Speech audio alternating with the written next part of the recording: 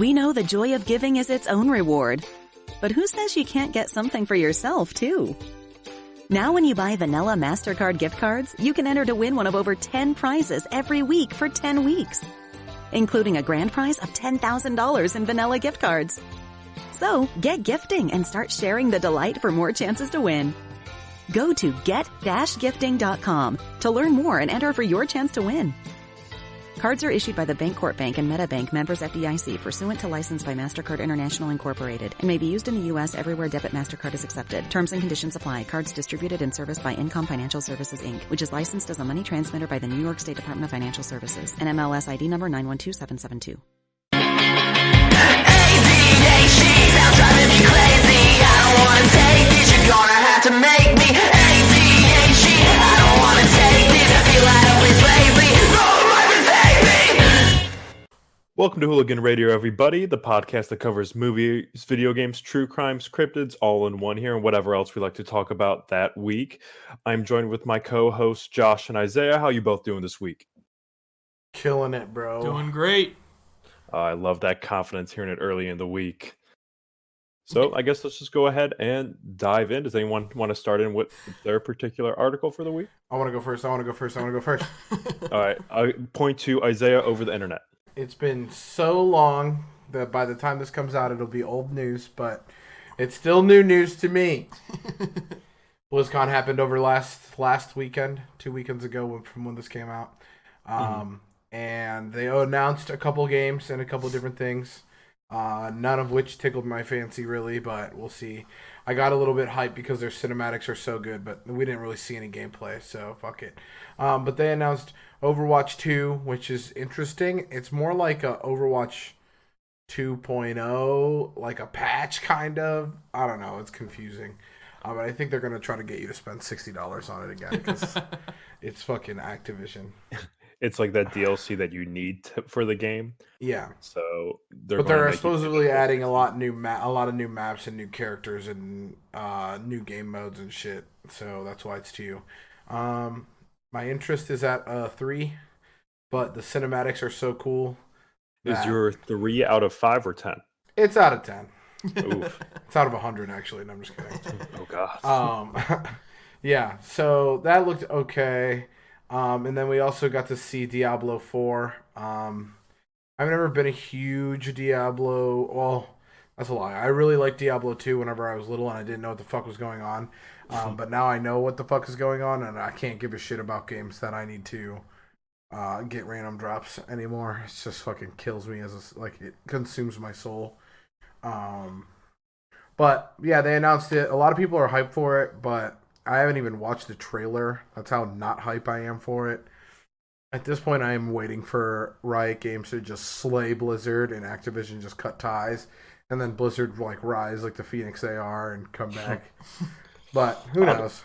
I think Diablo 4 is out of my news that I've heard from BlizzCon. I think Diablo 4 is like the biggest thing, or at least the thing that most people are talking about that was released from it.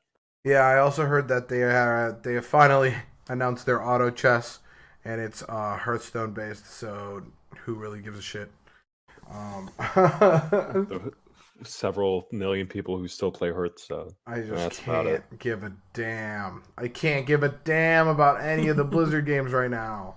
They're so bad. Oh, I don't think I've ever. I lied. That's not true. I've played the second Diablo a little bit, but there used to be this game out for the PS2, and I think it was called Champions or Champions of something, and it was essentially almost like a ripoff of Diablo, where it was that same like random loot, and you just go throughout the game. Yeah, they're called ARPGs. Action RPGs, or people sometimes call them American RPGs, but it stands for Action RPGs. Yeah, there's quite a few of them, but yeah, and I prefer that so much more than Diablo. And I'm not saying Diablo is a bad game, but at least at that time, that game was more appealing to me and a lot funner than Diablo 2. You know what I'm saying? I'm saying Diablo's a bad game. At me, tell me it's not. But show me one time Diablo was a good game. You can't count the cow level. Personally. The cow level was fucking dope. But other than that, it took fucking 700 years to get to the cow level, and that's bullshit. But yeah, fuck you. at me. If you think Diablo's a good game, give me 4 good reasons why it's a good game. Dang. Josh, have you played any of these ARPGs? Well, I've played Diablo. I played Diablo 2 a lot when I was really, really young, and then Diablo 3 when it came out, what was that, like 2013 or so? I played that actually on PS4. Diablo 2 I actually played on PC. Never beat it or anything like that, but I did play it, quite a bit and really enjoyed it, so I'm a little bit surprised here by what Isaiah's saying, but... Nah, I'm on that blasphemy bullshit. Just want to slay the name of Diablo. Yeah. The new villain looks cool. I think her name is Lilith, and the only picture I've seen of anything on Diablo, she is holding Diablo's head, so that'll be interesting. But Ooh. yeah, as you can tell, I do have to give Diablo, they do have really good lore. I do have to give them that. Like, I've read about their lore for a couple of their games, and I mean, it's very detailed and very good, but... Yeah, they just plagiarized the Bible. What do you mean? Yeah. Oh, there's a fallen angel. So, oh. Okay. Wow, I haven't heard that one before. Damn. Isaiah's taking shots at Blizzard today. I'm just trying to find out who listens to this. But that's all my news, dude. Down with Blizzard, bro. Oh, man. All right. Well, I'm going to go next because looking at this list in front of me, Josh, you have the most news and probably the most talkative articles that we could talk about, so I'll go ahead and go next. So this week, I'm bringing to you an article right after Halloween. Actually, it was published on Halloween, where a woman claims she was a werewolf and allegedly bit off her friend's ear. God. So a 44-year-old Michigan woman has been charged after allegedly biting off her friend's ear, and this was reported to WTAE. Allison Thomas Weaver and the unnamed 48-year-old victim were both blood-soaked when police arrived. In addition to her semi-detached ear, the victim's body was covered in bites, scratches, marks, bruises, and other puncture wounds. That's fucking I love that crazy. not only is she claiming to be a werewolf, but that the victim is also a vampire. That's the best twist. That was going to be my next slide. Yeah, this woman is also accusing the victim of being a vampire, the reason for attacking her. So this is like bringing Twilight into the real realm. I don't know if they actually ever fought. I never seen a single Twilight movie. How have you not seen Twilight, bro? I've seen Twilight. I have no interest in it. I've seen like 3 of them. There's nothing I could do. There was no... By the time like it caught fire, I was just like, there's no reason I'm going to go watch 5 movies and then pretend to care about the last. Well, I had a girlfriend in 2009, so that's the reason why I saw. I did not, but that was the Call of Duty years. My biggest thing is, you know how if you get bitten by a werewolf, you turn into a werewolf. If you get bitten by a vampire, you turn into a vampire. What if you're already one of those things and get bit by the other? Do you become like a hybrid, like something we've never seen before? That's what I need to know. What I need to know is, are there other things in that kind of universe that could bite you? Like, if I get bit by a praying mantis, do I turn into a praying mantis? Or if you get by, like, a fairy, do you become a fairy? Is it just, if you get bit by anything, you become that? I don't think a boat's going to bite you. Yeah, what if I get bit by a human? Do I get turn into a human? I feel like in this realm of worlds, humans are just, like, the dull... Like, almost like how there's, if a horse... I always forget it. Is it a horse... has sex with a donkey, it's a mule, and becomes sterile? I feel like that's just humans. They just have no powers and they're just there. Oh, well, my fairy joke fell flat, but that's okay. What was the fairy joke? Nothing. Some people will get it. All right, nice. So... I'll listen back. So was there any reason in particular why this woman thought she was a vampire? Were there any details on this? So, Miss Weaver told the deputy, Sean Hopkins, when he arrived, that those two were having consensual sex, and essentially during that, did you say incestual? Consensual sex. Consensual sex? No, damn it. Consensual sex. Consensual? Thank you. Consensual I'm gonna give that one to the sex, mic, bro. not picking up my pronunciations. My pronunciations. Are you sure you didn't grow up in West Virginia? Man, I don't know. Okay, keep going. They weren't having incestual sex. They were having consensual sex. There we go. And essentially, Allison Weaver, during this, something clicked in her head that the victim was a vampire and started attacking her during it. Okay.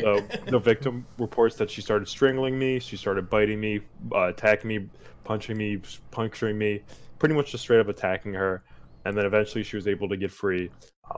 It has been recorded by the police that they did find evidence of drug at the scene, as well as heavy drinking. So, of course, that probably had a little bit to do with it.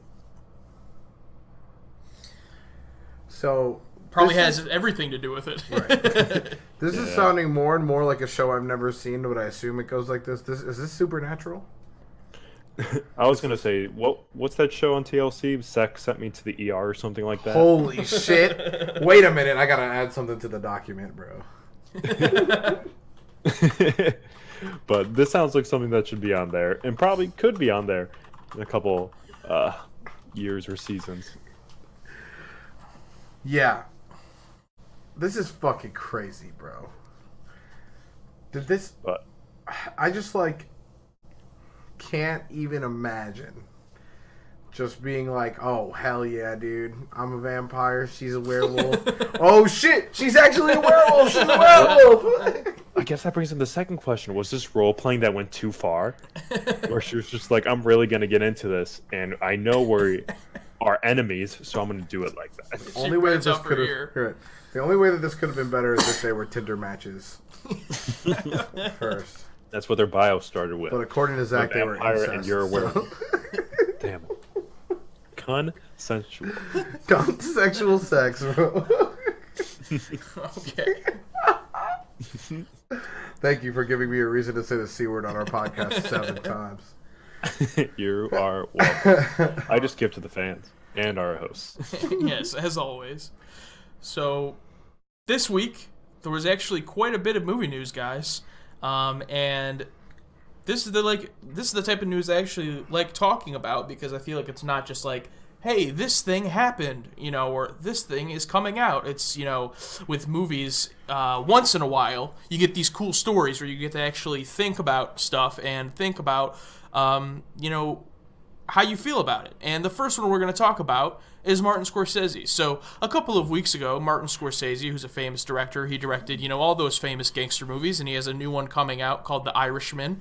And it's going to Netflix. It's in theaters in a limited release in New York and LA right now. I think it comes out in a couple weeks on Netflix, but he was interviewed a couple weeks ago about Marvel movies, and he basically said, yeah, I tried to watch a few of them. They weren't really for me. I feel like they're more like theme park rides than movies. I don't really consider them cinema. And of course, film Twitter exploded, with half of film Twitter, the kind that agrees with him, talking about how, Marvel fans are all just like idiots and don't watch real movies, and then Marvel fans being like, Avengers makes billions of dollars, blah, blah, blah. So, of course, this just called a bunch of vitriol and terrible arguments, but that's not what we're talking about today. So, Martin Scorsese actually came out on the New York Times and wrote an opinion piece explaining in more detail what he meant by that. And first of all, he shouldn't even really have to do this. I feel bad that he feels so inclined after such a successful career that he's like, I have to come out and explain myself about a comment I made in an interview. But that's the world we live in. And he basically says, if someone enjoys those movies, that's totally fine. That's not what he was saying. He was not in any way trying to degrade those movies. He was just saying, because of the time that he grew up in, he considers, different movies to be cinema. And I can actually understand the analogy he's coming from as far as Marvel movies. They're like a theme park ride. Like, you go to the theater, like when we went and saw Endgame, it was like a ride, right? Like, you're like enjoyed it. Afterwards, you talked about it. It's not like something that you're going to analyze in film school. And I get that. Movies are going to be different. But what he goes on to talk more about is something that I see talked about a lot, and I think has a lot of facets to it as far as the discussion. And he talks about how when you go to the movies now, there's not necessarily the selection that there used to be, because blockbusters have become so profitable that now all you have in theaters 10 months out of the year are these blockbuster films, and there's just not enough room for, films like The Irishman. One of the biggest knocks against him were like, oh, you care so much about cinema, but you're releasing your film, The Irishman, on Netflix, where people are going to watch it at home. And he says, it's not like he wanted to do that, but no one else in Hollywood would make his movie. And, this is Martin Scorsese. He just made The Wolf of Wall Street a few years ago. He's a huge director, and no one would make his movie because it's not some big franchise film. And so he had to go to Netflix, and that's part of kind of what he talks about. So the one thing he brings up specifically that I really wanted to talk about, because it's kind of the argument that I always make. I always make the argument of supply and demand. The reason there's not a bunch of these small independent films in theaters is because hundreds of millions of people don't go to see those, right? People go to see the superhero movies. If people went and saw those, they would make more of those. But he's claims it's more of a chicken and the egg theory. You could blame it on supply and demand, but the reason there's no demand is because they're not in theaters. If you put more of them in theaters and people went to go see them, then there would be the demand because there is a supply. So I kind of wanted to get your guys' opinions on this as people who are a bit more casual when you go to see films. If the movie theater was filled with movies like The Irishman or movies like you see around award season and not as many were huge blockbuster films, would that deter you from going to the theater in the first place, or would you be more open to the types of movies that you go to see? And my second part of this question for you guys to answer is, with there being so many superhero movies now, are you more deterred from going to see superhero movies because there's so many of them that you feel like you're not missing anything if you don't go catch Shazam or Joker because there's an Avengers movie or, an Ant-Man movie coming out in a few months? So whoever wants to go first, I just wanted to get your guys' opinion on that. I'm going to go first because if you don't let me go first, I'll forget what I'm going to say. So yeah, it's interesting to me that he brings up this point about their superhero movies. Isn't that the same counterpoint to when he was making gangster movies? Weren't there just a fuckload of gangster movies and that's what everybody was going to see? Yeah. It seems like there's just you pretty much are talking about exactly what I was going to bring up about that second question Josh brought. But it seems like there's just these time periods, these decade-long things where it's just that genre of film that's being released. Right. Right now we're in that superhero sort of genre of film where before I remember there was these horror, old school horror movies like Jaws and all those movies that were released at the same time. Then there was the big gangster movies and these crime syndicate movies coming out, the big cops and robbers sort of movies. And I feel like it's just there's these waves that just keep happening and these genres catch on. And then all of these big producers are okay, we see that this is successful. Let's go try to make our own version of that. And it just keeps it going and going and going.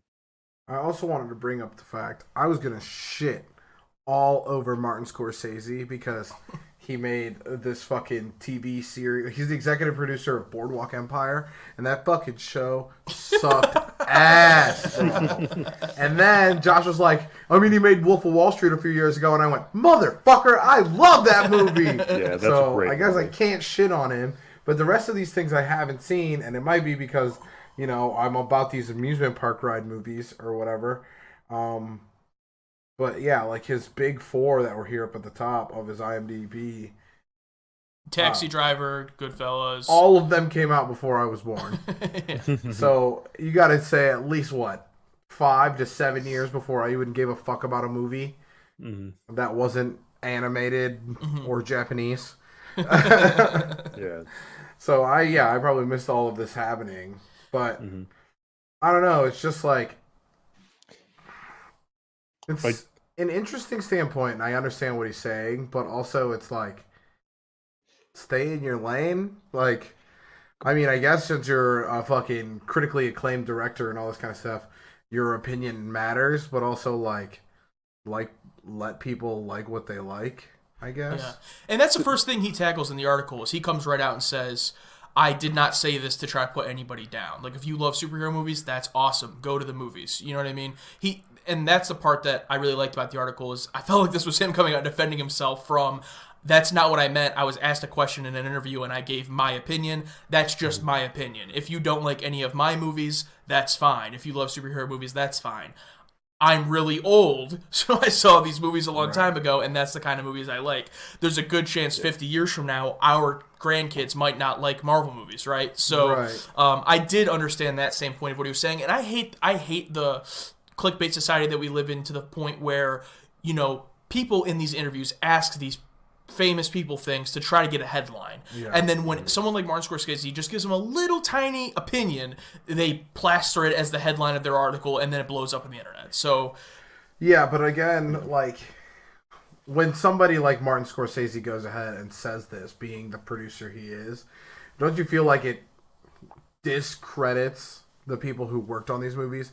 Like, looking at the fucking Russo brothers, who probably saw Martin Scorsese as somebody who inspired them, or even like Kevin Feige, right? Yeah. Who's the producer of all these Marvel movies. Like, this guy is a fucking icon, and then he just sits there and says, I mean, yeah, but your movies are like a kiddie ride.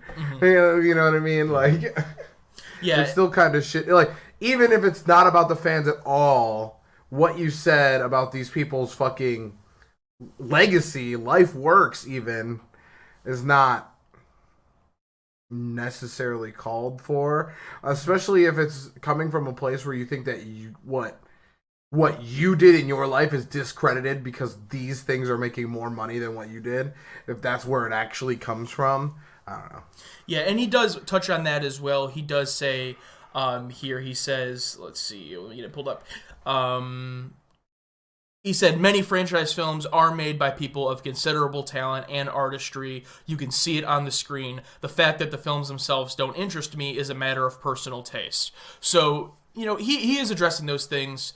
I think what made me more mad about that part of it was not Martin Scorsese. It was more so the film Twitter snobs who took that opinion and was like, so this gives me the license to discredit all these people that love these movies because Martin Scorsese doesn't like them, so you must be an idiot if you like them. And I that's the part of it I don't like. But when it comes back to this, I guess we'll get to the second part of it. Zach, I think you both kind of hit the nail on the head of, like, when he was making Goodfellas, that's what was in, because Goodfellas was so successful that, you know, these movies started coming about. And now the Avengers was so successful that there's all these superhero movies. Do you think now you're deterred from going to the movies, not because there's not enough of a selection, but because you don't feel like you're missing anything if you miss a superhero movie, like because there's one every other month? Well, I mean, I feel like that it just gets into whatever you're into. I know people who are diehard Marvel fans who are going to go see every Marvel movie that comes out, but not go see a DC one just because they haven't liked it in the past. But I did want to bring up, like, the first question you brought up about how are you being deterred, like these films aren't like blockbusters, or these blockbuster films are essentially outweighing these smaller films or these independent films for this movie time. But I feel like at the end of the day, as a director, you're trying to get to that situation where you're having these blockbuster films. Yeah, for sure. So isn't that where essentially what you're working for at the end of the day?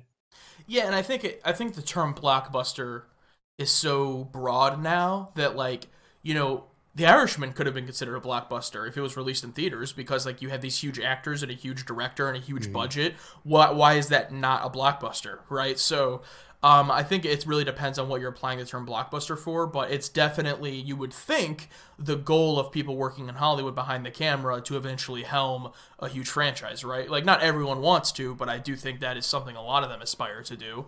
And I think that's why anytime you see a smaller filmmaker get handed a Star Wars or a Marvel film, they're like, wow, I'm so grateful for this, because that's what they've been working towards. So any last thoughts from you, Isaiah, on that before we move on to the next story? No. I think my only comment is, okay, boomer. Okay, boomer. Okay. Speaking of that, I actually tweeted that about this next story, which is James Dean. Oh, shit. A famous movie star. He is going to be making his return 60 years after his death to the movies as a complete CGI creation for a Vietnam War action drama. Oh, shit, did you think that means Paul Walker's coming back in the next Fast movie, bro? Well, they already brought it back at the end of the one he died in. But the technology's come super far even from that point. But, yeah, so essentially, I'm trying to get the name of the director here. Anton Ernst is making this film, and they got permission from the family of James Dean to use him as a character in their film, and he's going to be a completely CGI creation using actual photos and footage of James Dean as the basis, but another actor will basically it'll be another actor in the film, but then they'll just CGI that actor to be James Dean. So first of all, what a role that is.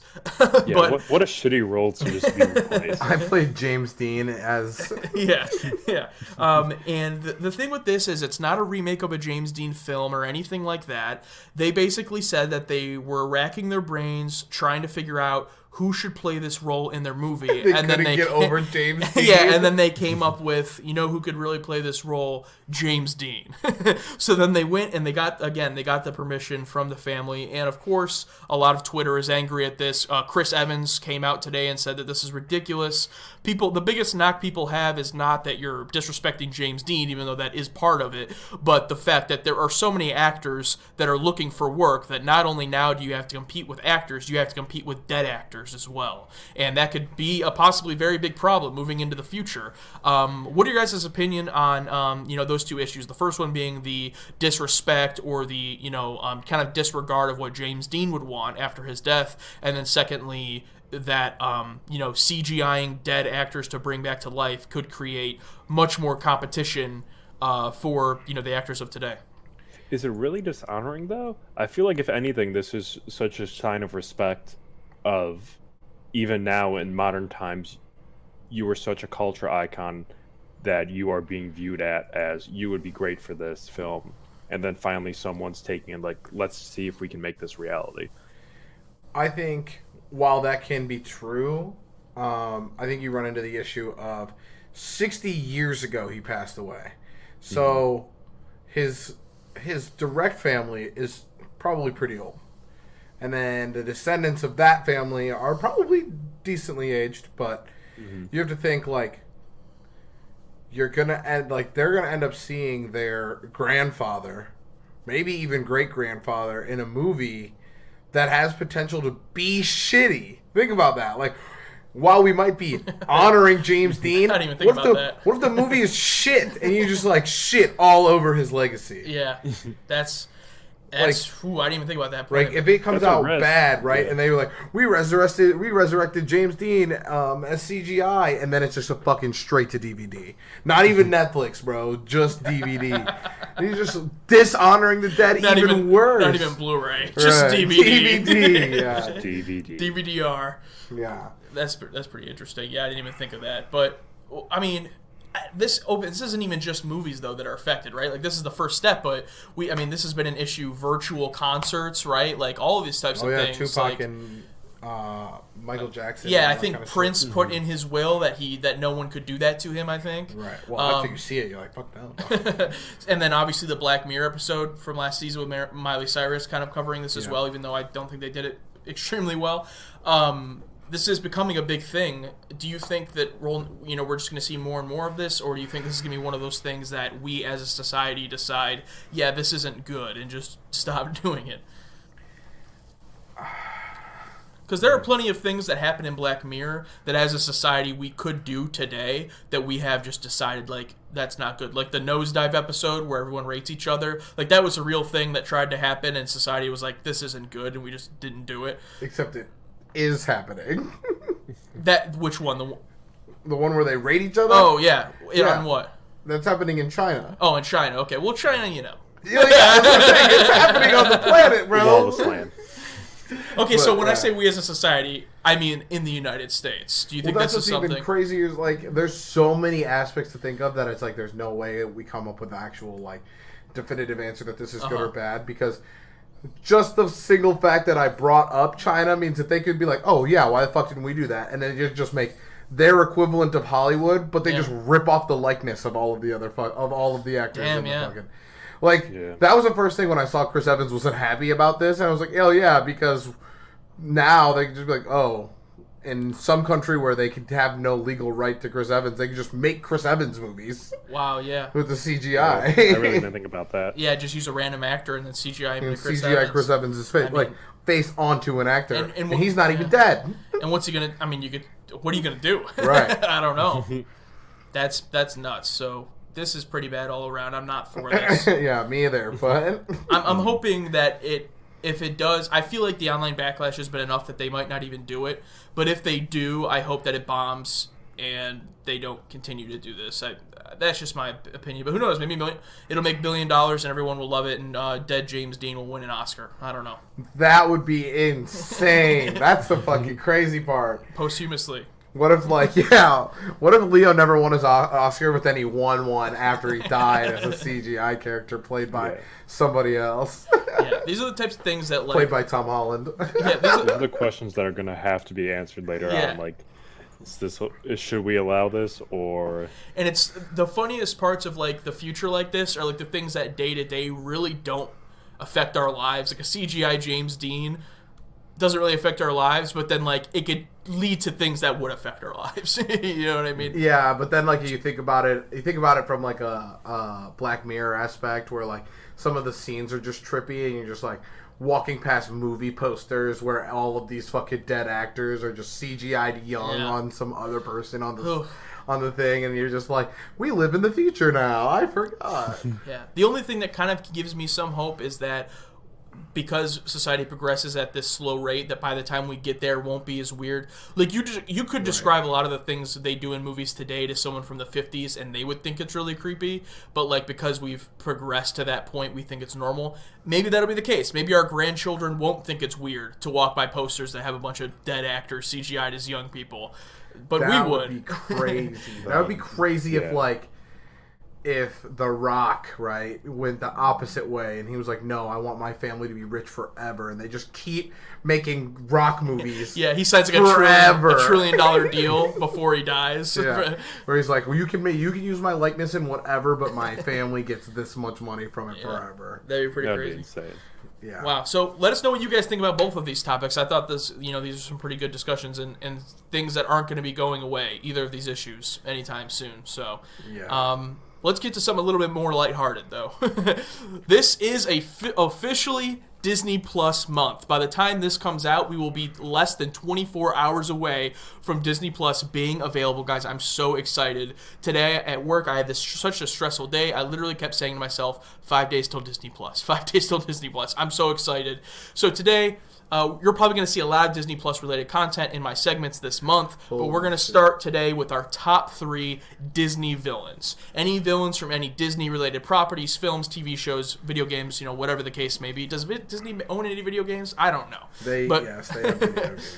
But let's get started. So Isaiah, you're up first in the rotation today, and then it'll be me and then Zach. So whenever you're ready, go ahead. Is this still the snake It's always the snake, yes. Always the snake. I'm gonna go with a traditional villain on my first one, and then on my next ones, I'm gonna knock it out of the park. So I have to go with my top villain. Has to be Scar, dude. Nice. That was my pick. I love Scar, bro. That was my pick.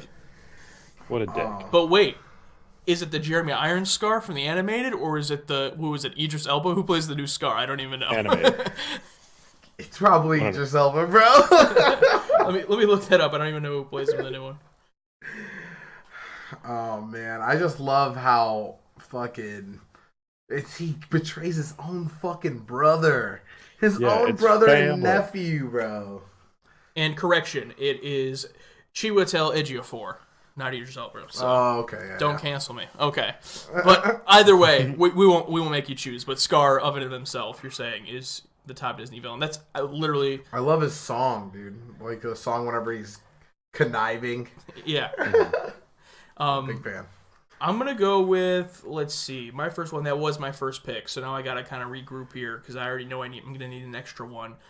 I'm going to go with, this is kind of more of a low-key one, Yzma from Emperor's New Groove.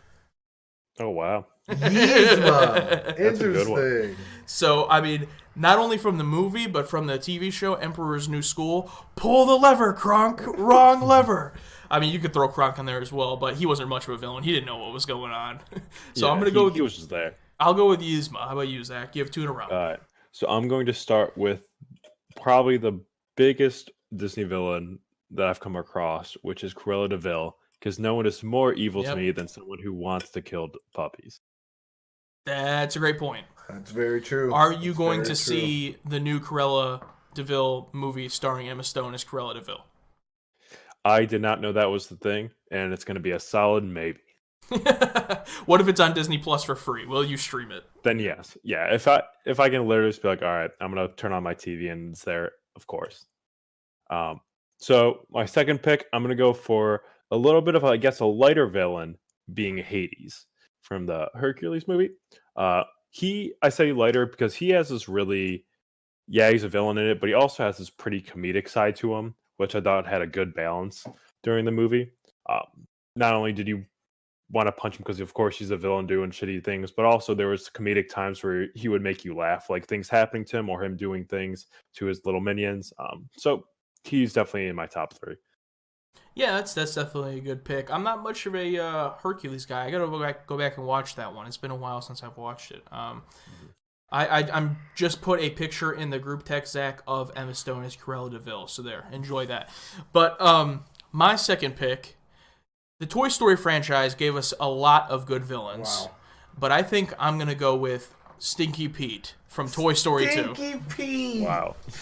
I thought you were gonna go. What's Buzz Lightyear's villain's name?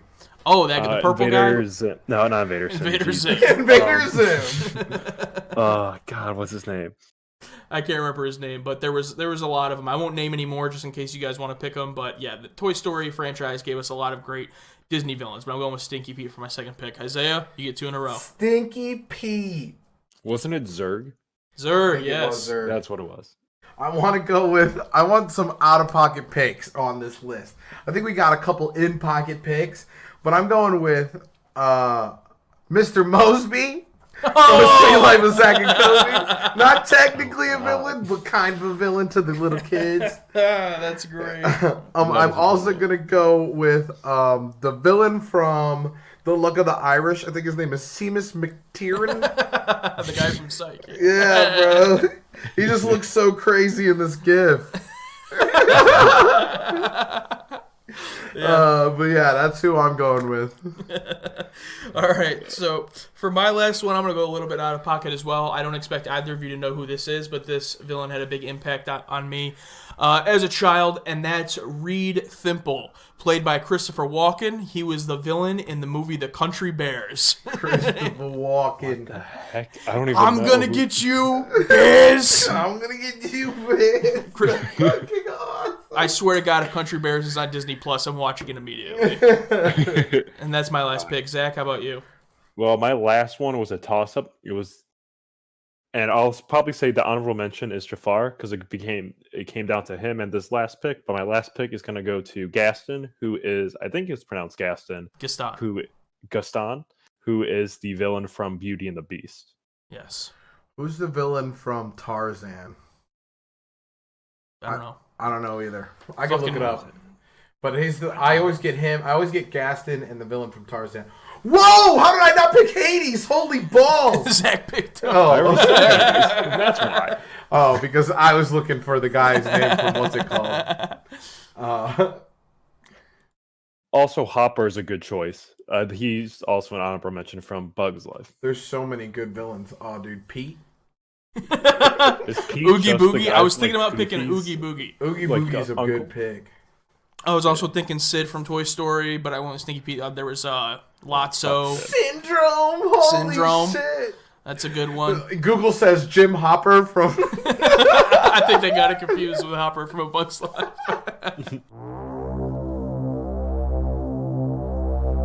See it, play it, skip it. See it, play it, see it, play it, skip it. I'm going to do something real quick, and then I'll throw it to whoever wants to go. Before I get into what I want to actually talk about, I was thinking about doing a segment at some point, but I don't think we're going to fit it in this year, of just movies, that are coming out here at the end of the year to go see. There's obviously the big blockbuster ones you already know about, but I just wanted to throw some out there. If you're looking for a film that's a little bit under the radar, this holiday season that you're looking to go see, I just wanted to give out a couple that are coming out within these next few months. So I would check out these movies. I have not seen any of these, but I'm hearing great hype about them. Honey Boy is a film starring and directed by Shia LaBeouf. It's an autobiographical film about Shia LaBeouf's life as a kid. Shit. Shia plays Shia's dad in the film. He said it was a very therapeutic experience. Lucas Hedges plays Shia LaBeouf as a teenager, I believe. And Sounds insane. yeah, from the trailer, you kind of go through his days from Even Stevens to the Transformers movies and, everything like that. And I'm sure it covers his downfall as well. Nice. And his relationship with his father. So that's one I would check out.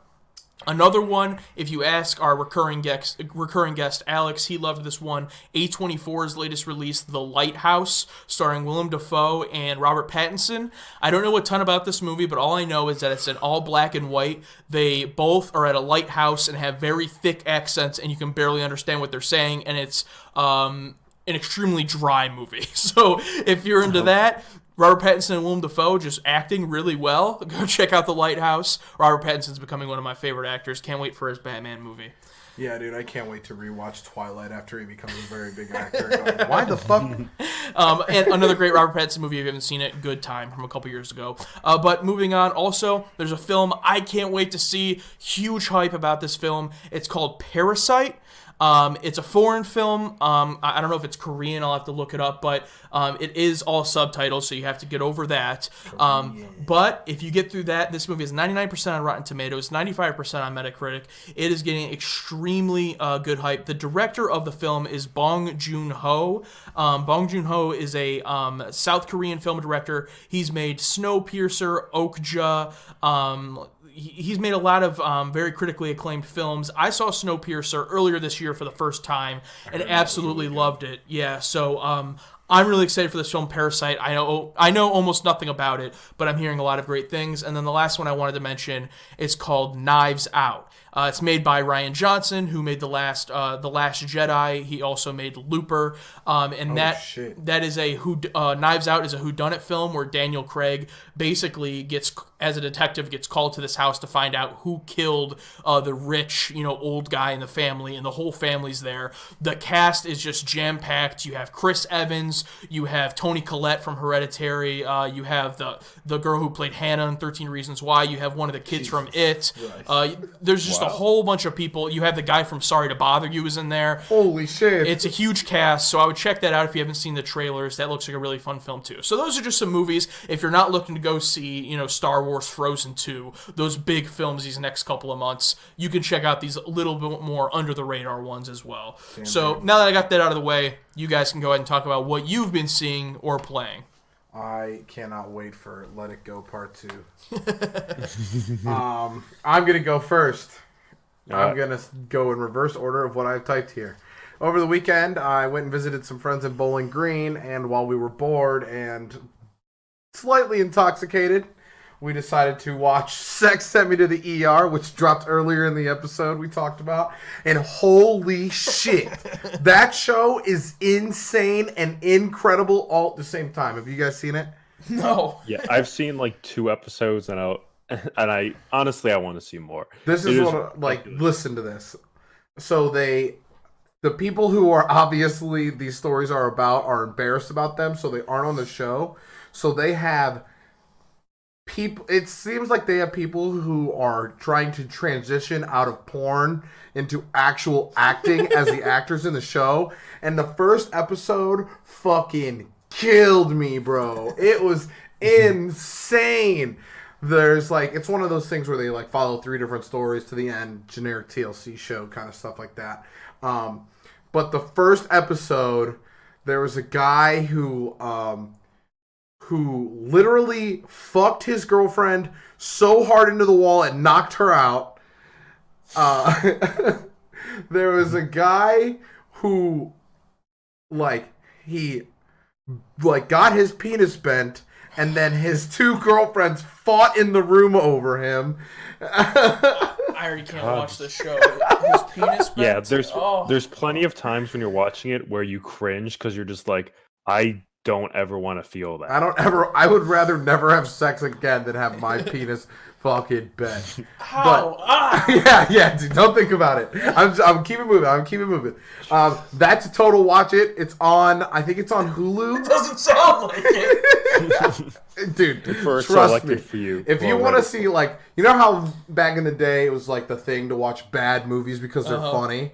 This is what it is. It's like, you gotta go watch it just so you can watch actors who are not good at acting act, bro. It's so funny. Oh, God. So it's kind of like 1,000 Ways to Die, but like sex. Yes. Like that level of production, but sex. Yeah. And where's this on? It's debuting on TLC. It is on cable television. Oh, it's on right now. Okay. Yeah. Okay. And it is on Hulu, so you can stream it. But fuck, dude. Holy shit. All right, now I'm going to calm it down a little bit. I played like the first 4 hours of Outer Worlds. Pretty good game if that's what you're into. If you're into the Fallout-esque games, the New Vegas-esque games. I only got through the first world. It's pretty cool. I would say that this is a play it. If you have Xbox Game Pass, you get it for free. If, like I said, if you're into those kind of games where you shoot and loot and run around and shoot and loot some more, then that's all you. It was all right for me. It's not better than Call of Duty. Would you say you would buy it if you did not have the Game Pass? I would not pay $60 for the game so far. All right. But it might be fucking good, so who knows. And then the last thing, the thing that I've spent all of my hours that aren't Call of Duty hours, all of my waking hours on, I've finally joined the TikTok grind. And holy shit, boys, I got caught sleeping. This is Vine 2.0. It's like Vine level videos and then e-thoughts it's just mixed together. It's just like, bro, it's like the dopamine and serotonin burst that I've always needed from a social media, just layered all over it, dog. Big TikTok guy. Yeah, Have you guys watched any TikToks? So I was just talking to you before we were recording. I see the viral ones, Twitter, Instagram. If something becomes viral, I watch it. I don't actually have the app, just because I feel like over this last 6 months, TikTok has gone through this transformation to become Vine 2.0. Like it was originally probably the cringiest thing that ever existed, and that stuff is still there. Oh yeah. But that stuff was on Vine too, so you can't escape the cringe. The cringe is on every social media, but it was really heavy on TikTok. But now I feel like it's become just this meme creator. And I haven't downloaded it yet, but I'm highly considering it. I think you have to download it just because your family member is low-key TikTok famous, bro. All I have to say about TikTok is hit or miss. I guess I never miss, huh? What about you, Zach? Are you a TikTok watcher? I am a TikTok watcher, but I can't literally have it on my phone because I will not be productive during the day.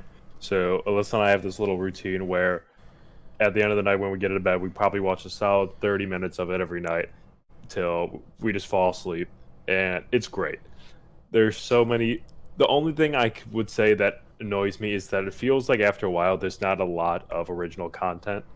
Like when you are on it for so long. Because a lot of the times it's just people taking voiceovers of something. Like there's this big one going around with the birds have died. All the birds have been killed and they've been replaced by spies. That was like a 3 month ago trend, but yeah, it's fucking good. Yeah, and it's still here, and it's just literally like TikTok after TikTok of the same voice, and it's the actual guy, like the original voice from the guy, and them just like acting something out. I'm just like, all right, we get it. I'm just mentioning if Zach had phrased that differently, if you took out, like you didn't know he was talking about TikTok at first, he's like, at the end of the night, me and Alyssa, we get into bed it's about 30 minutes long. It's great. We're of course talking about TikTok. Always the TikTok. Hell yeah, dog. But yeah, wow, that's I don't know. Isaiah might convince me. I don't know. I can't. Dude. I don't know. You have to show me how to sift through the garbage to get to the memes. It's just like swipe. Because I wasn't huge into Vine either. Like I got onto Vine at the very, very end before it died. So I haven't been on these apps that are like, so I guess what do you call it? So content heavy. I think the thing that really broke it open for me is there are some people who make good content in short bursts. That's why people who were on Vine, a lot of them died and never made the transition to YouTube. But now you think some of those YouTubers, they make way better what would be Vine content.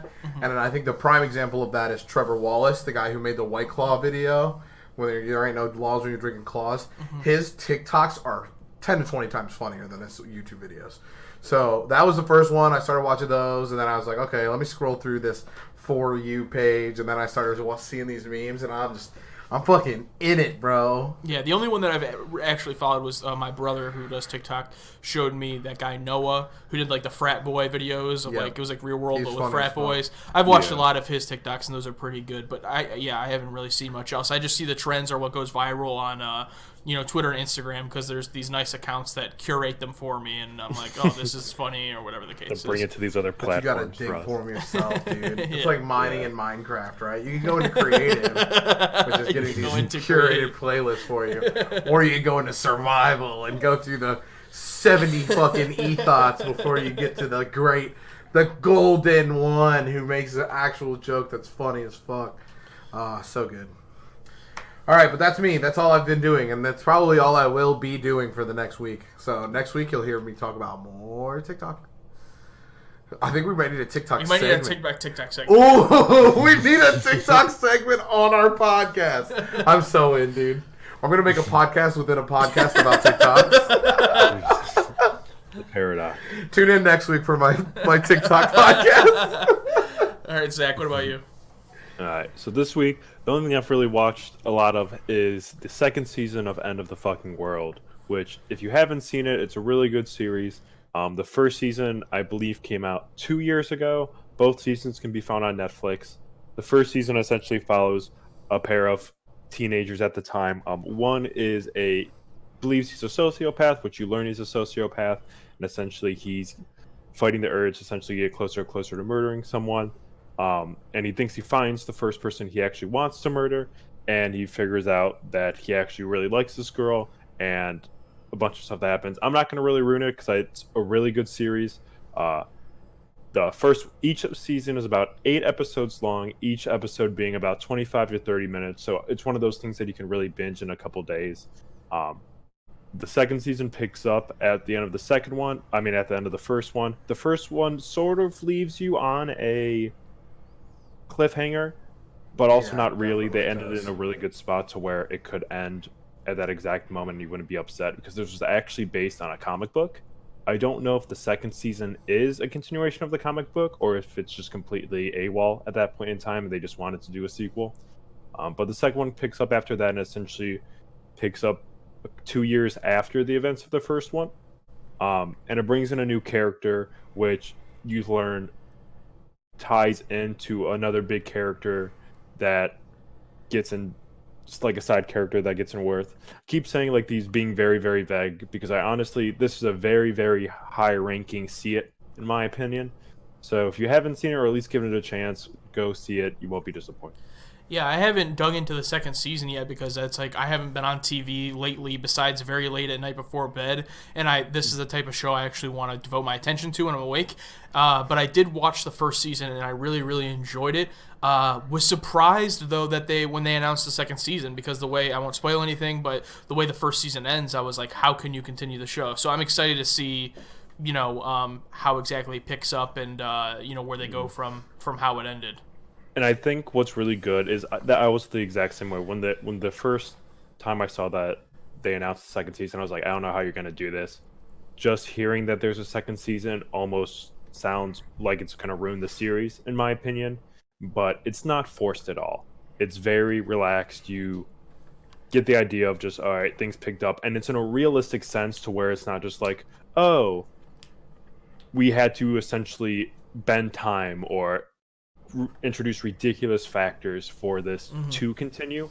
It was just like, all right, here's the points, here's what happened, and here's how we're going to continue this. And they don't do it, and they spread it over. The first 2 episodes are essentially that. They spread it out, like what's happened in those 2 years between the first and second season and how we got to this situation without being too ridiculous.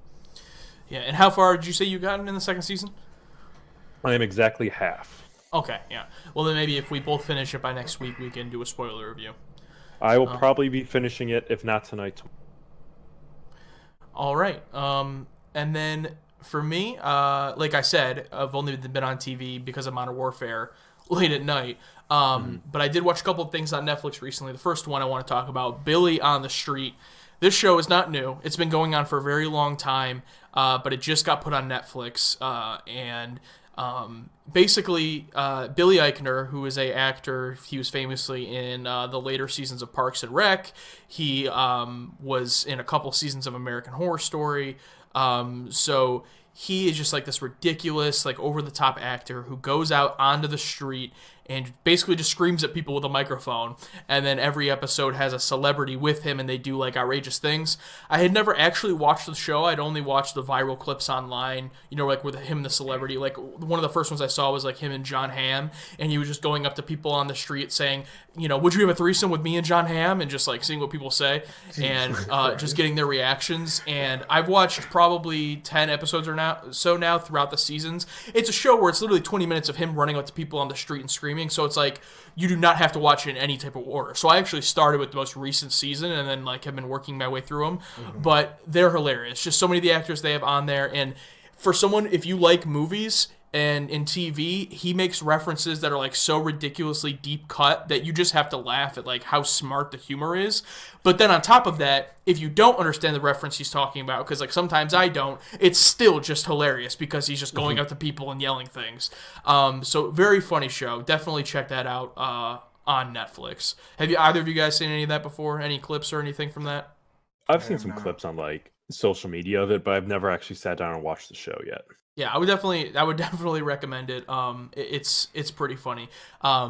He had one segment in particular where my stomach hurt from laughing so hard, where he had people dressed up as like these dumb ideas for characters and was trying to convince people they'd be like the next like franchise.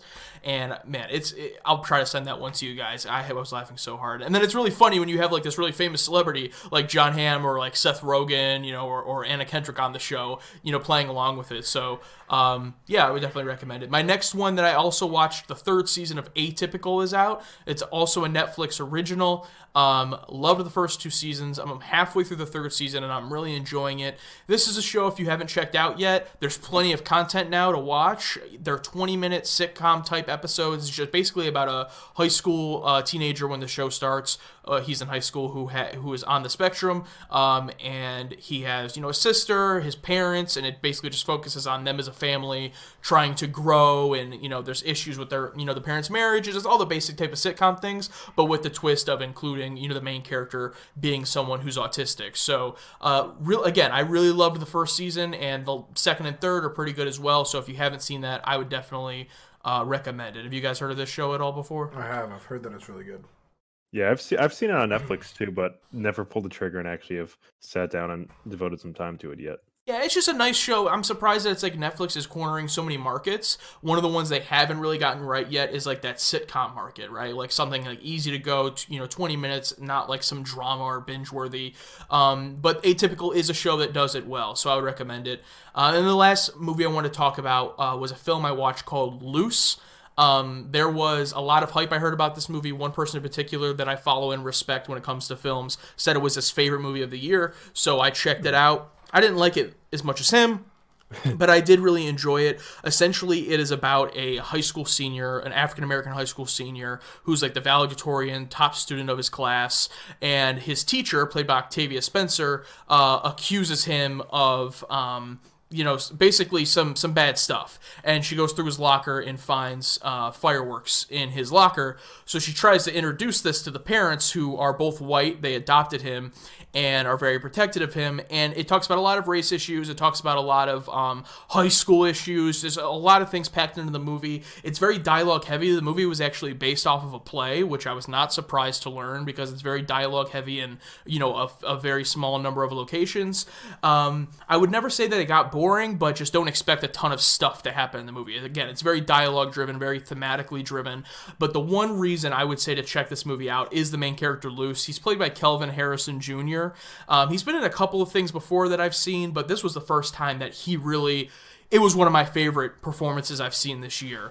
I'm thinking about in my head the performances I would nominate for best of the year, and his is right up there. It definitely takes the movie from just being mediocre to me to being something I would recommend, because he just does a great job playing like this manipulative teenager. Like, we're all manipulative, right? When we're in high school to our parents, like, we try to bullshit our way out of things and lie about things. But in this show, or in this movie, he's taking it to the next level, when it comes to like committing crimes and like this type of stuff, when he's supposed to be this model valedictorian student. So I would definitely check that out if you're into if you're into smaller scale type movies. It isn't on anything to stream right now. I rented it, so you would have to pay a couple of dollars, but it is something I recommend. And even if you don't watch it, I would recommend keeping an eye out for Kelvin Harrison Jr. I could see big things coming from him in whatever he does next. Nice. And that was it. So you guys ready for the main topic?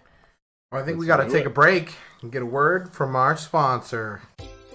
We know the joy of giving is its own reward. But who says you can't get something for yourself, too? Now when you buy Vanilla MasterCard gift cards, you can enter to win one of over 10 prizes every week for 10 weeks, including a grand prize of $10,000 in vanilla gift cards. So, get gifting and start sharing the delight for more chances to win. Go to get-gifting.com to learn more and enter for your chance to win. Cards are issued by the Bancorp Bank and MetaBank, members FDIC, pursuant to license by MasterCard International Incorporated, and may be used in the U.S. everywhere debit MasterCard is accepted. Terms and conditions apply. Cards distributed and serviced by Income Financial Services, Inc., which is licensed as a money transmitter by the New York State Department of Financial Services, and MLS ID number 912772. This week's main topic is very close dear to my heart. It's probably one of my favorite subjects. Actually, this is my favorite subject of the true crime world, and that is unsolved crimes, whether it's murders or just these weird mysteries that happen. Absolutely my favorite subject. What about you guys? Do you guys enjoy the mystery of unsolved crimes? Oh, yeah, absolutely. I mean, Unsolved Mysteries was one of my favorite shows as a kid. 100%. Nah, dude, I like my crimes solved. You like to know the ins and outs? I like the spoiler to know that they got solved. I like them unsolved. Every time I see on the news someone's caught, I go, damn! I honestly you, law still enforcement. watch those old unsolved mystery episodes whenever they're on TV. They're still as good as the day they were. Oh, yeah, for sure. For whatever reason, they're still updating them. I remember one rerun that I was watching. It was most recently updated in like 2015. Instead of Unsolved Mysteries, I'd much rather watch America's Most Wanted, so that I could feel more. I actually never watched in my that. life. It's terrifying.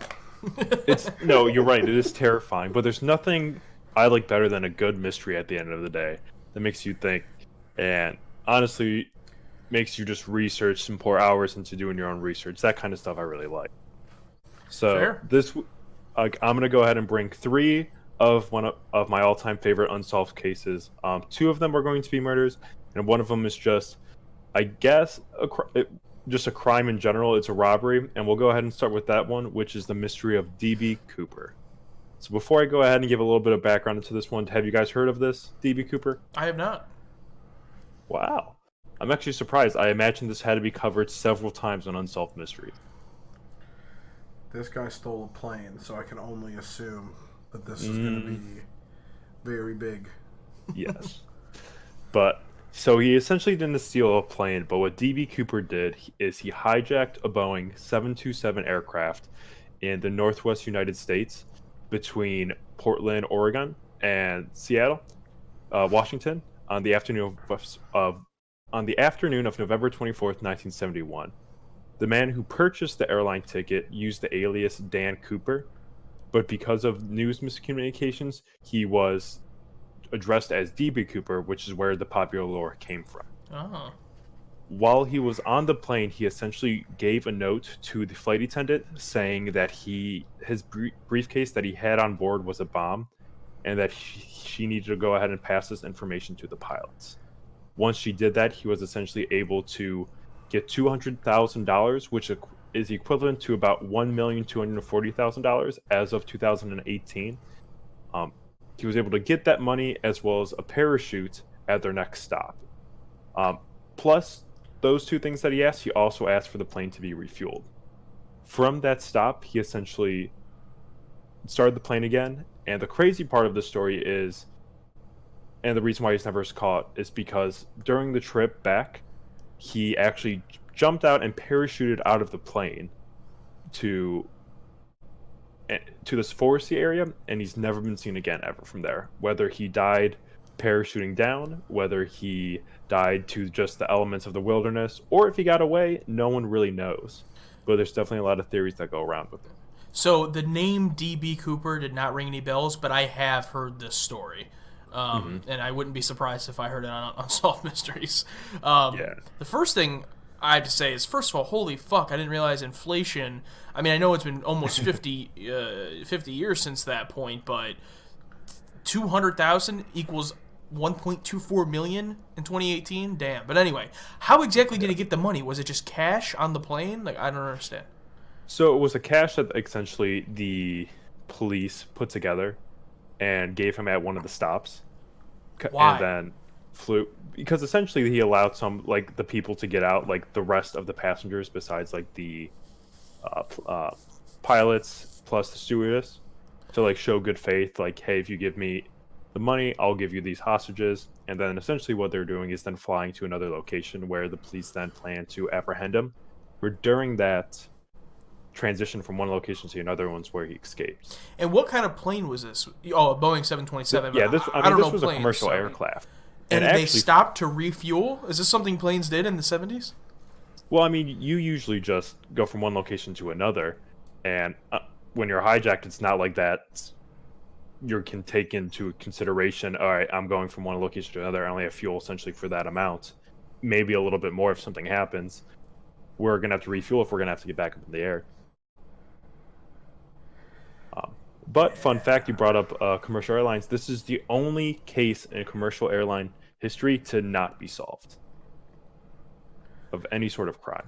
Interesting. But like I said, experts believe that with such a high risk jump, there's a good chance that D.B. Cooper did not survive. But his remains to this day have still never been found, or any real sort of evidence of like money in the areas. Well, there has been a little bit of money found in the areas of where he jumped and everything, but that's up for debate. But this case actually stayed active for more than 45 years after the hijacking by the FBI. It was only in July of 2016 that the FBI came out and suspended their active investigation on the case. So this is still very recently has been investigated. So what do you think happened to him? I think he got away, dog. And like, what, as went to an someone island? who loves that mystery, I hope he got away. Nobody knows what he fucking looks like. He's probably just living in fucking. Well, he's probably Portland. dead by now. Well, I guess 71's not that long, but Yeah. I mean, if he was. But I already... mean, there's been a bunch of speculation. There was a young boy who discovered a small cache of random money in the forest around and like the banks of everything around the Columbia River in 1980, which people possibly are contributing to the ransom money that was given to DB Cooper. They actually went and tried to match the notes on the bills, and some of them were actually some of the ransom bills that were given to DB Cooper. But that doesn't really explain whether if he died from the parachuting or if that's just some money that was lost during his parachute down. Could you imagine if you just went in the woods and you found this guy's $200,000? That would be Damn, I feel like this that's a is treasure lit. hunter's dream. Basically. Yeah, but then you find out that it lost $1 million worth by not being invested. True. And I really, with these other stories I'm going to bring up, I'm going to go into a little bit of talk about suspects and theories of what's going on. Essentially, I'm not really going to dive into suspects. We already covered a little bit of the theories, whether if he died during the parachute down, if he was able to get away with all the ransom money. The reason I'm not going to cover the suspects is because there is so damn many. And there truly isn't one good suspect that like hits all the bells or checks all the boxes like this is probably the one who did it. I think when I was doing research, the final tally that I stopped doing my research at was about 10 different suspects. And I was like, this is just too much to try to consolidate into our podcast for one of the three stories. I can already tell you who it was. Let's hear it. I want to hear me your. from the future. I went back in the past, so all that movie and came to the future. I hope that's real. And then I got There's robbed. So now I'm just like saying. Oh, I expected like even more in the future. Like you're telling me this now, and you're going to create this. No, it happened when I was 16. All right, I believe it. Time machine at 16. Yeah, I knew we were at I'm 16. Stewie I Griffin, dog. doubt you can jump out of a plane with a parachute. Me? We still can't do that to this day. I can jump out of a plane with a parachute, bro. Yeah, I that's don't what think thought. we're trained Don't enough. doubt I don't me, think any of us are motherfucker. trained enough for that. I'm trained enough. I built a time machine. I don't imagine the kid who can build a time machine can also jump out of a plane. If I have a time machine, time doesn't matter to me, dog. I can learn how to fucking jump out of a plane. we won't go down this rabbit hole. So let's go ahead and go into the second case, the first one of our unsolved murders, and this one I really like to bring in because it sort of brings in and correlates with the movie side of our podcast, and this is the unsolved murder of the Lady of the Dunes. The Lady of the Tramp? Lady of the Dunes. This could So be much cooler if it was about Lady of the Tramp. I would disagree. So, the Lady of the Dunes is the nickname given to an unidentified woman who was discovered on July 26th, 1974 in Provincetown, Massachusetts. The real question is, that's the one where they eat the spaghetti, right? Yes. Okay. Just making With sure. the dogs. All right, sidebar, who was the Disney villain in that? Was there a Disney villain? Was there a villain? I think it was just like Love. the Pound. Love, true villain. Love is the villain, bro. All right, so Lady of the Dunes. Yeah. Found in Princetown, Massachusetts. This victim was found face down on a half of a beach blanket. Her head was resting on a blue bandana and a pair of Wrangler jeans, almost like a pillow. And I'm going into detail with that because it's going to play later on into this. The woman was found nearly decapitated, which was possibly from strangulation, and one side of her head has been crushed in with some sort of hard object, which was actually found to be her cause of death was blunt force trauma. Both of the victim's hands were then cut off, with one going up as far up to her forearm. She was also found with several of her teeth missing, which all of these were probably done to hide her identity from the police. And the reason why it probably went up to the forearm was there's a good chance she probably had some sort of identifying mark or a tattoo that could have been used to identify her, as well as some like caps, gold caps, or anything like that with her teeth that could have been used to identify her later on. Police believe the victim could have been dead for up to 2 weeks during this before she was actually discovered. And it was determined that the woman was about 5'6", weighed 140 pounds, athletic build.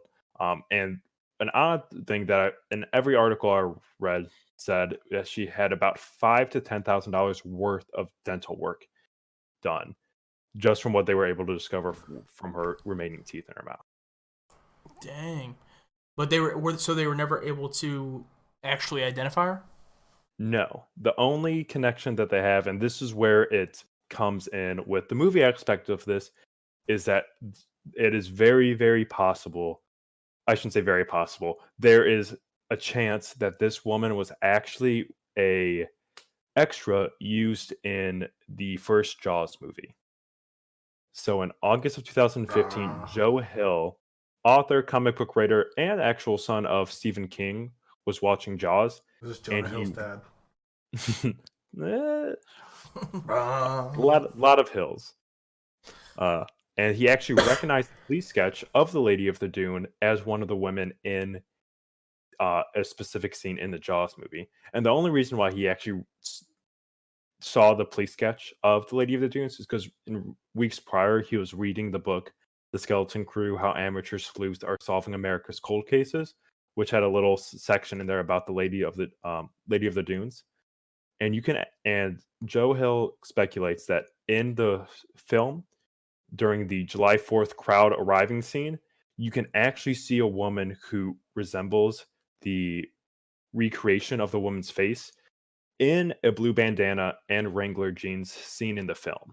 Wow, that's crazy. Yeah, and to get this even crazier, the movie Jaws was shot between May and October of 1974, which is during the time of when she was murdered and discovered. And where she was found is only about 100 miles south of Provincetown. Oh no, sorry. She was found at 1,000 miles south in 100 miles. Provincetown, which is where Jaws was filmed in Martha Vineyards. Yeah, that's pretty nuts. Yeah. So unfortunately, nothing has really come from this. FBI and a lot of people were hoping that they could possibly see who was sort of in the movie Jaws. But I mean, with these sort of extras, there's no really telling. Like they don't really have records of who was in extra. But they were hoping that some sort of identity could come for this, but there is not. But it's insane that literally almost looks identical from the police sketches, recreations of her face, to what is actually in the movie Jaws, wearing the exact same clothing at the time that was found in the body. Yeah. All right, before you get into the suspects, you want to know who I suspect did it? I'm ready. Matthew McConaughey. Oh my God. Have you seen his Instagram videos? He's definitely a serial killer, bro. I have not, because like might be the all of our Zodiac listeners killer. know, I still don't have an Instagram. Well, Matthew McConaughey got an Instagram before you, so That's fine. you suck. He beat me to it. That's So fine. did Jennifer Aniston. She's like 50 and hot. Maybe that's when I have to get it when I'm 50. All right, who are the actual suspects other than Matthew McConaughey? All right. So the two most plausible suspects, in my opinion, one is a serial killer named Hayden Clark. Hayden Clark has actually confessed to this murder, stating that, and even telling the police that he can give police the name of this woman, but he won't because of the way that the police treated him when essentially he was getting arrested. They beat the shit out of him. So he's not going to tell the murder. But he essentially wrote a letter to his friend in 2004 stating that he killed a woman on Cape Cod, Massachusetts. And in that letter, he also sent two drawings. One of the location of where the body would be discovered, and then one of what the woman would like when they found her. And yeah, a lot of this could have just been he discovered like by looking at the internet when in jail, or just coming across things during his time, because he was actually convicted of murder and of that prior. But one odd thing that he talked about and was mentioned in the letter after talking to police about this too is the woman, the lady of the dune, when she was found, her arms were almost in a sort of push-up position with her hands face down. Well, she didn't have hands, but her stubs were face down in the sand like she was doing a push-up. And then the police at the time kept that from the public because a lot of these unsolved murders, the police like to keep these little details. So if they do have a suspect and a suspect says something along these lines, they can ping it like, okay, this isn't to the public. You're just not trying to take credit for this crime. You might actually know something. And that was one of the things they kept away. Wow. And the last suspect, which honestly I think is probably the more realistic option, is Whitey Bulger, who, if you don't know who Whitey Bulger is, he is a big time mobster that was in the 1980s. Whitey Bulger. Sorry. And he, you're fine. And he supposedly, someone came out and said that he saw a woman matching the description with Whitey Bulger, and they believe that the victim was actually a sex slave that came over from Ireland. And the reason why there was so much mutilation done to her was to hide her identity. And a lot of this mutilation that was done to this woman has been seen with some of Bulger's other victims, such as removing of the teeth, cutting off of hands or fingers to hide fingerprints, or any of other identity marks, which could explain the reason why she was missing almost half of her entire arm to cover up any tattoos or sort of identifying marks that she might have. So, I mean, both of those cases, I mean, I don't know. I feel like the Hayden one probably could have been him finding out that info, and they say he has a schizophrenia, so, it could be him. I mean, 2004 is quite a while after the crimes. Yeah. I don't want to say that because of this. I mean, let's be real. The more you look into Hayden Clark, yes, he was just schizophrenic. He's essentially clinically insane. He was not very well during a lot of this. And it shows just with his crimes. He was actually convicted of, and he was considered the cross-dressing serial killer because he would dress up in women's clothing and then go kill like spontaneously. Like, it wasn't very thought out. He would just act on his own will. So a little hard to believe that he would actually go up and do some of these things to hide the body just based off of what he's done in the past. Yeah, for sure. And the very last case I want to bring up, and I could spend the whole podcast talking about this if you guys let me one day, is my favorite unsolved case of all time being the Zodiac Killer. Yeah, I mean, I can definitely see why you can talk about that. It's a pretty big one.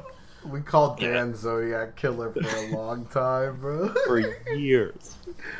Because he got really drunk one time when we were on vacation, and he had a song stuck in his head, but the only line he had stuck in his head was when Lil Wayne said, Zodiac Killer. Okay, I'm very excited to get into the actual background and it not be about Dan. And the funny part is, I shouldn't say the funny part, this is also one of the unsolved cases where anyone could be the Zodiac Killer. Dan could be the Zodiac Killer. You could be the Zodiac Killer. There's so many suspects of this, and yeah, there's favorites, of course, for people, internet sleuths and researchers and detectives, but there's probably been over hundreds of supposed suspects of this. So the self-proclaimed Zodiac Killer was linked directly to at least 5 murders in Northern California in 1968 and 69, but possibly it's been responsible for many more. The Zodiac Killer, for all these who don't know, has sent many letters and like these cipher puzzles to newspapers during the times of his killings, essentially toying with police and even saying that in one of these ciphers you can find his real name. So the first confirmed incident took place on the night of December 20th, 1968, when 17-year-old David Faraday and his 16-year-old girlfriend Betty Lou Jensen were shot to death near their car at a remote spot on Lake Herman Road on the outskirts of Vallejo, California. The police were baffled and unable to determine the motive for the crime just because it seemed to be spontaneous and out of the blue. The second attack that we know for a fact was the same man occurred on July 5th, 1969 in the early morning, where Darlene Fern, age 22, and her boyfriend Mike Magoo, I believe is how you pronounce it, Magay, age 19, were sitting in a parked car, similarly into a remote spot where the Vallejo location was. When they were approached by a man with a flashlight, the figure fired multiple shots at them, killing Farron and seriously wounding Magoo. Within an hour of the incident, a man called the Vallejo Police Department, giving them the location of the crime scene, claiming responsibility for both attacks and the 1968 murders. Despite the evidence that included fingerprints at this specific crime scene and the cipher that they received and were later decoded, the police have not been able to track down the Zodiac Killer at that time.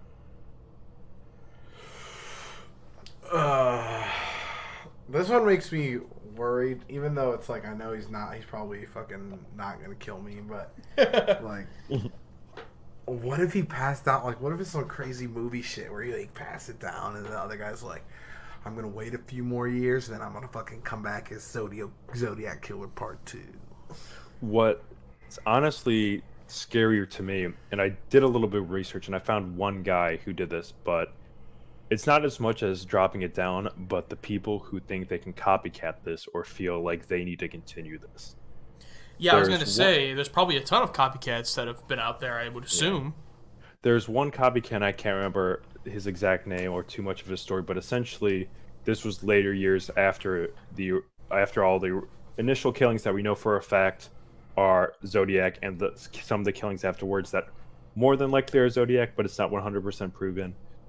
But there was a copycat that named himself the Zodiac, essentially trying to continue his work.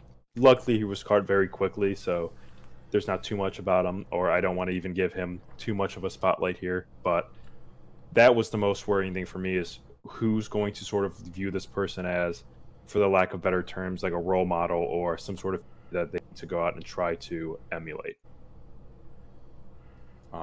But so to get into a little bit of the ciphers, which is probably one of the most interesting, if not the most interesting thing about the Zodiac Killer, is the ciphers that he would give to newspapers and these news stations. The first one was given on August 1st, 1969, to the San Francisco Examiner, the San Francisco Chronicle, and the Vallejo Times-Herald. Each of these companies received a identical handwritten letter in an envelope without a return address. All of them began reading, "Dear editor, I am the killer of the 2 teenagers last Christmas at Lake Herman." The letters contained details from the Zodiac killer's murders that only the killer then could have known. The killer went on to then threaten with further attacks if these letters were not printed on the front pages of their respective papers. Ooh. And then each letter closed with a symbol consisting of a circle with a cross through it, which then eventually became known as the Zodiac symbol that we see often today. And then each of these letters were each accompanied by one part of a 3-part cipher, which you had to put that cipher together from the 3 newspapers to have the full cipher. So did they end up printing it? Yes, they did. Fuck. While the Bay Area Police Departments started doing research, they actually got some support from the FBI. They worked feverishly to track down the killer, but they really didn't have any luck. And then soon another letter arrived to the Examiner, reading, "Dear editor, this is the Zodiac speaking."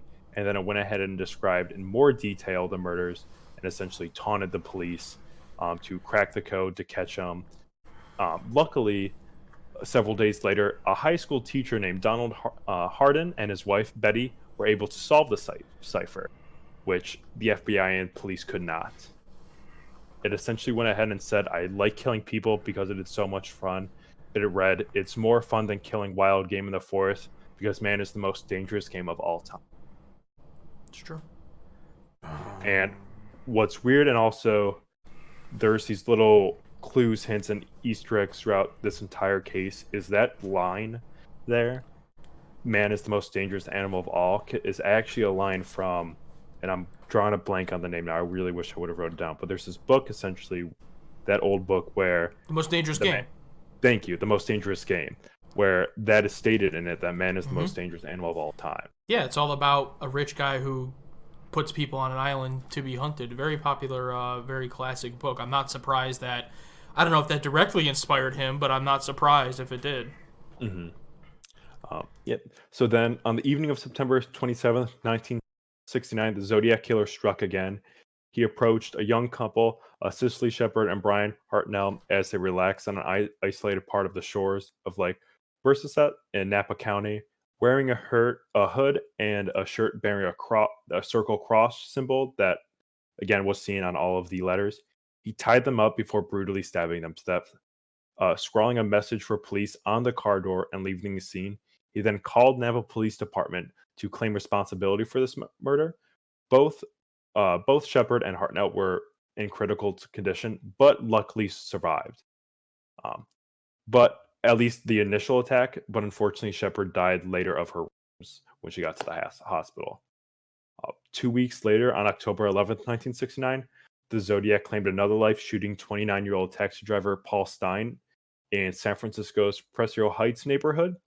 As the murder at first really didn't seem to fit Zodiac's pattern just because it seemed super spontaneous, it was initially deemed a robbery, but later the Zodiac sent a letter to them saying that this was him, and the reason why they knew for a fact it was Zodiac is because in that letter was accompanied by a bloody scrap of Stein's shirt from the crime scene. And at the end of the letter, the killer mused that he would next shoot out a tire of a school bus and, quote, "pick off the kiddies as they come bouncing out," end quote. But that, if I'm correct, that ended up not happening, right? He never actually did Correct. That was just a threat made by the Zodiac, and luckily that did not happen at all.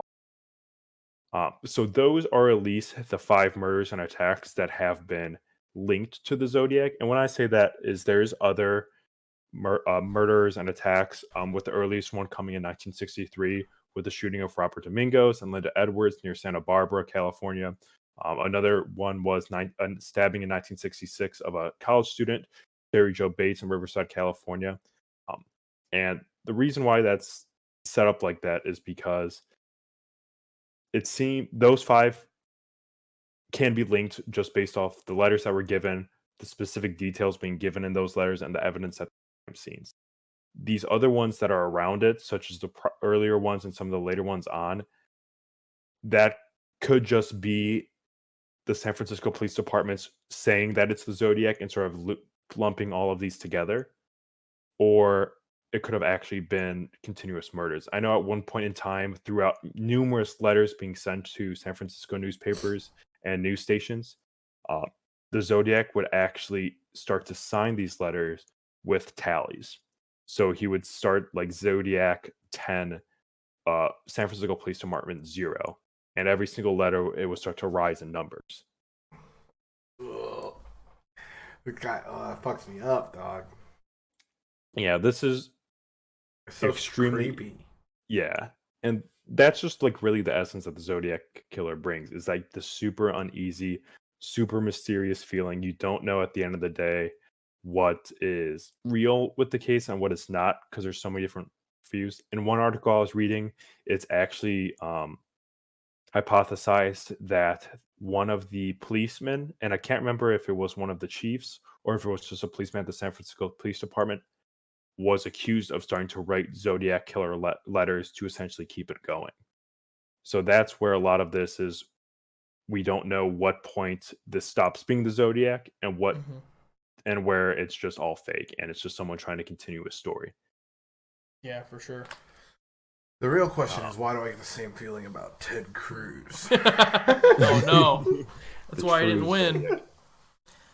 You're right. So You can do it again. So, Zach, have you ever seen the film Zodiac? It was released about a decade ago. Robert Downey Jr., Mark Ruffalo. Yeah.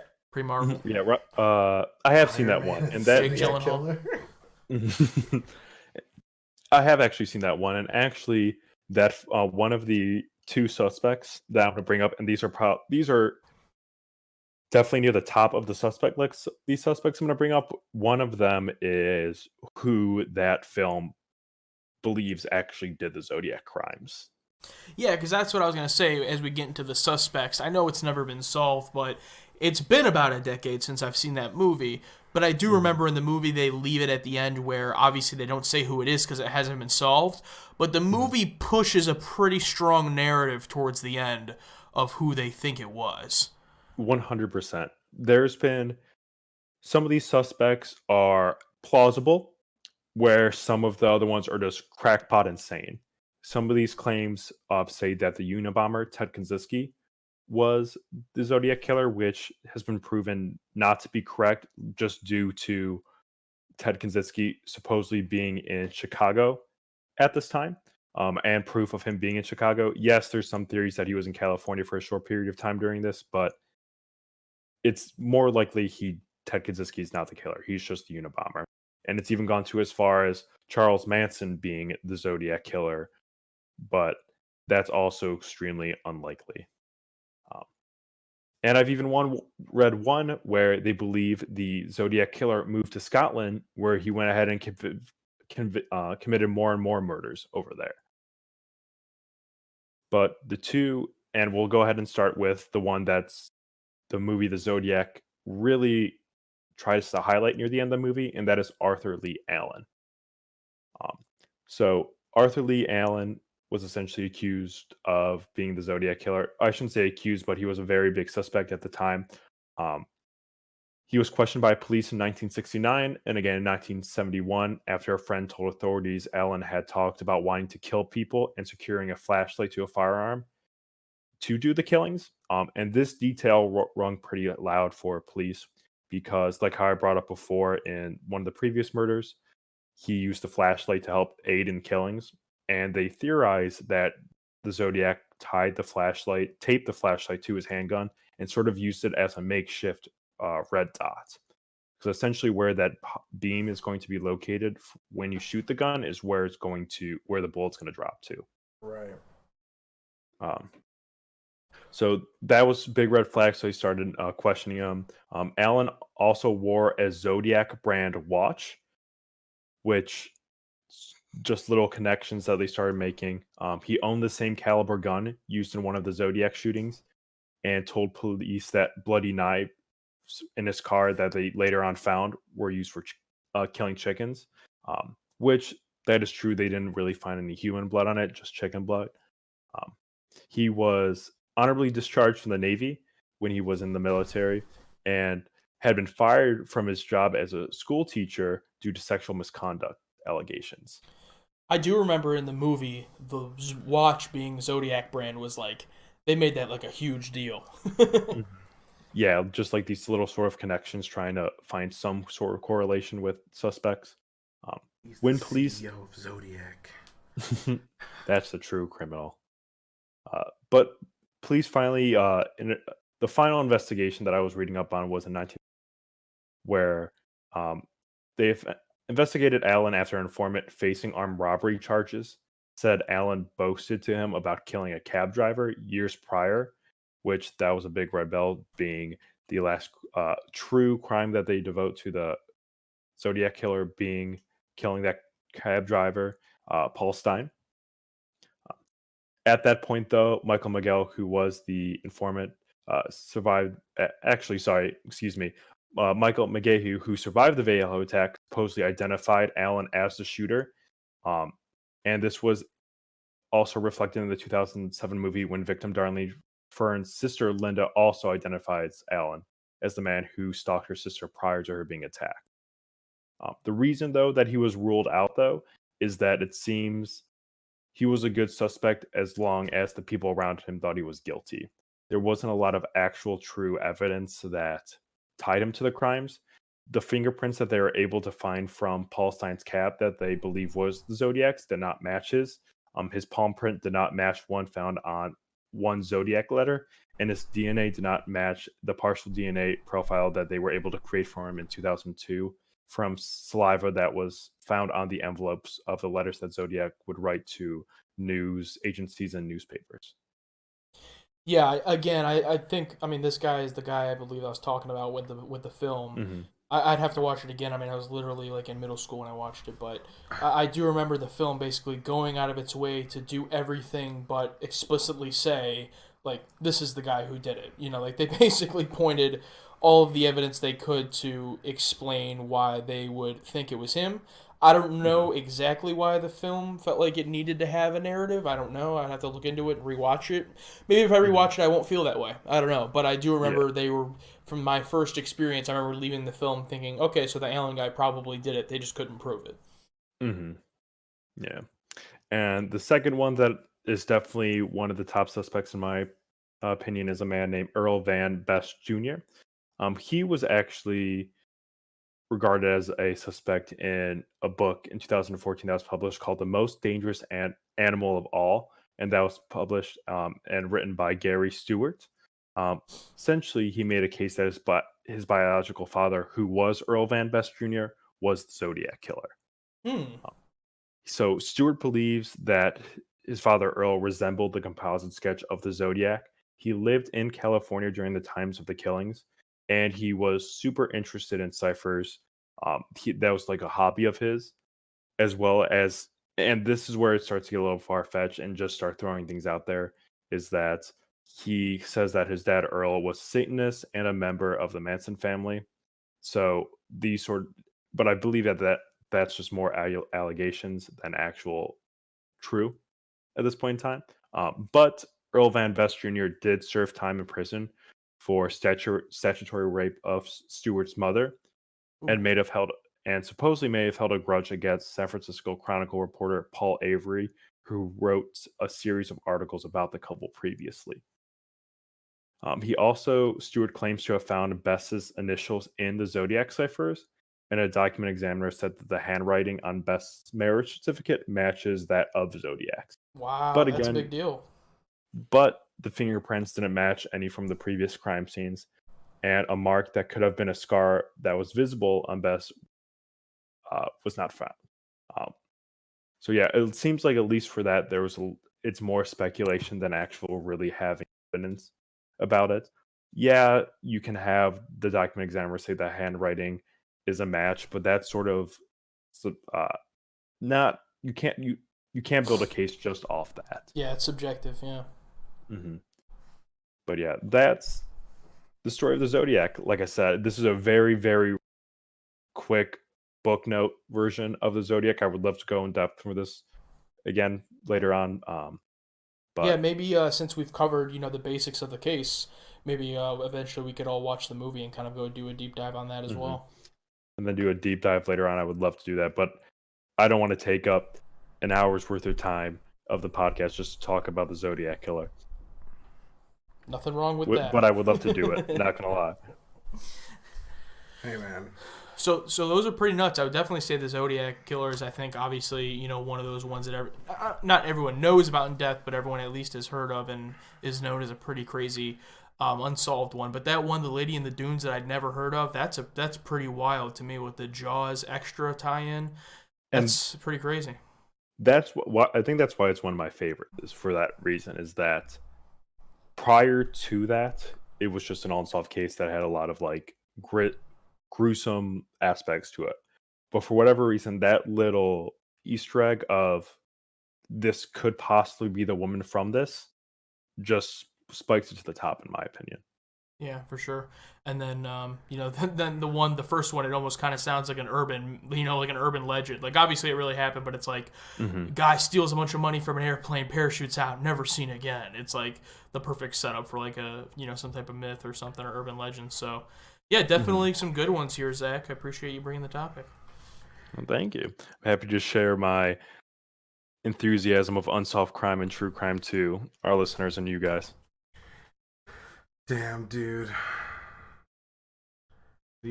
I just feel like this stuff doesn't happen anymore, but then I know that it does. We just don't know about it yet. Oh, it's so fucking creepy. Shit, dog. So, with that being said, it's time to thank people. Yeah. I want to thank the fans, so Zach has to come up with somebody else to thank. And I want to thank I Spreaker would like Burger. to thank Spreaker Burger. No, too late. I thanked How him. was I too late? First, I thanked him first. You played skipping theme. Did you? What about you, Zach? I need to get a better headset. Sorry, did I interrupt you? No, who you thinking? Right. Who you thinking, Zach? We do this every week now, Zach. We had the system in place where I thanked the listeners. No, you just claimed that. I want to do it now. Whatever. I would like to thank American Spirits for the use of their song. What song? In the beginning. Do you know what song it is? ADHD. There you go. I had to think for a second. All right. I just picture the scene from SpongeBob where they're like in his brain and everything's on fire. Where is it? All right, Zach, and where can we find you on the internet? You can find me at Zach the Pigeon on Twitter. What about you, Josh? Where can we find you? You can find me Josh Hooligan R on Twitter and Instagram, Josh Martin7 on Letterboxd, and you can find me Joshua Hooligan on YouTube. What about you, Isaiah? Nice. You can find me on Twitter at Emo Uncle Tito. You can find me on Instagram at the same handle. I got one last thing I want to plug. The birds work for the bourgeoisie. Yes. Thank you. All right, Zach, are you ready? 3, 2, 1. Bye. ADHD sounds driving me crazy. I don't wanna take it, you're gonna have to make me. ADHD, I don't wanna take this. I feel like I've been lately. So life is Hey, how many people are you expecting? Relax, it's an open invite. I think you're a few seats short. Yeah, like 14 seats. You should enter your eligible New York Lottery draw game tickets with Collect and Win. You could win a $5,000 gift card to use at the Home Depot and buy a bigger table to host. Hopefully they also sell chairs. The Home Depot is not a sponsor of this promotion. You must be 18 years or older to purchase a lottery ticket. You must be 21 or older to purchase a quick draw ticket where alcoholic beverages are served. Please play responsibly. Ended by 1/7/20. We know the joy of giving is its own reward. But who says you can't get something for yourself, too? Now when you buy Vanilla MasterCard gift cards, you can enter to win one of over 10 prizes every week for 10 weeks, including a grand prize of $10,000 in Vanilla gift cards. So get gifting and start sharing the delight for more chances to win. Go to get-gifting.com to learn more and enter for your chance to win. Cards are issued by the Bancorp Bank and MetaBank, members FDIC, pursuant to license by MasterCard International Incorporated, and may be used in the U.S. everywhere debit MasterCard is accepted. Terms and conditions apply. Cards distributed and serviced by Income Financial Services, Inc., which is licensed as a money transmitter by the New York State Department of Financial Services, and MLS ID number 912772.